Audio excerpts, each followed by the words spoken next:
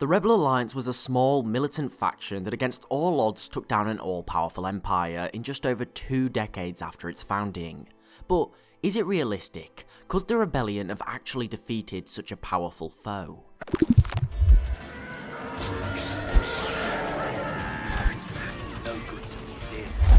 Well, firstly, we need to understand how the Empire was defeated. Now, there's many reasons, from how it subjugated its people to poor economic structure and military overspending. But the main reason the rebellion was able to defeat the Empire, simply put, was the Death Star, a black hole of resources that they built twice, and used by an overzealous Sidious to try to bring a swift end to all of his enemies at once. The Death Star in many ways was a vanity project for Sidious, something to show the galaxy just how powerful he was. As well as this, it's a pretty brilliant plot device. So for this theory, we're going to say that the second Death Star was never made. By saying this, we're saying that the rebellion still becomes a relative fighting force following their victory on the first Death Star. However, the rebellion is still mostly a grassroots movement. It has to rely on guerrilla tactics. As we saw from the Battle of Hoth, it wasn't really capable in fighting in open combat. Now, without the construction of the second Death Star, the Empire has far more resources to spend on capital ships and additional troops, etc. As well as this, the rebellion wouldn't be able to kill Sidious, as in this timeline, we're going to say that Sidious stays on Coruscant, far from harm.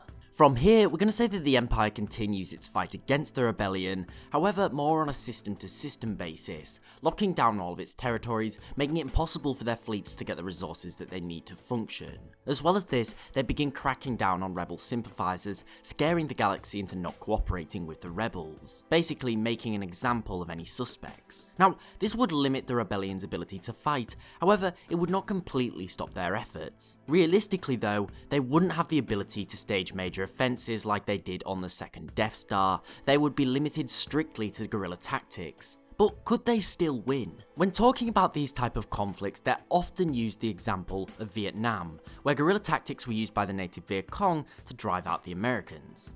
However, this isn't fully accurate and it can't really be applied to this scenario. For one, the conflict was very contained and it was mostly just fought in the country itself.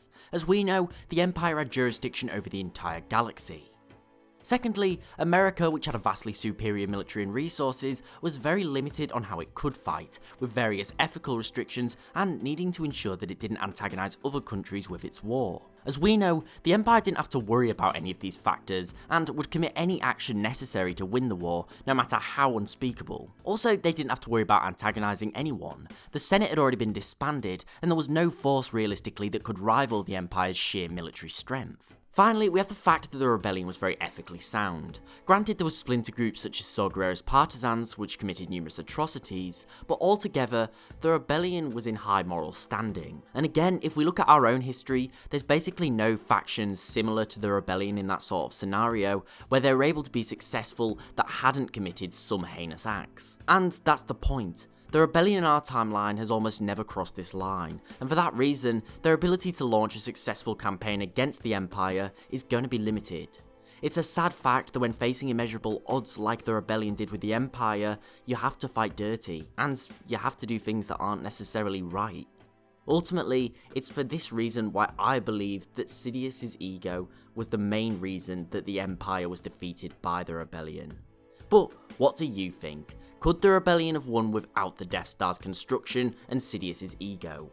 Or was it doomed to fail? Thanks for watching, I do hope that you enjoyed. If so, please remember to like, share and sub, as it's really appreciated and helps the channel grow. Also, don't forget to tick the bell to stay updated on when I release new content, and follow me on Twitter at @TheLawGuy for regular updates. Thanks again for watching, I really do hope that you enjoyed this little rethink, and I'll see you next time.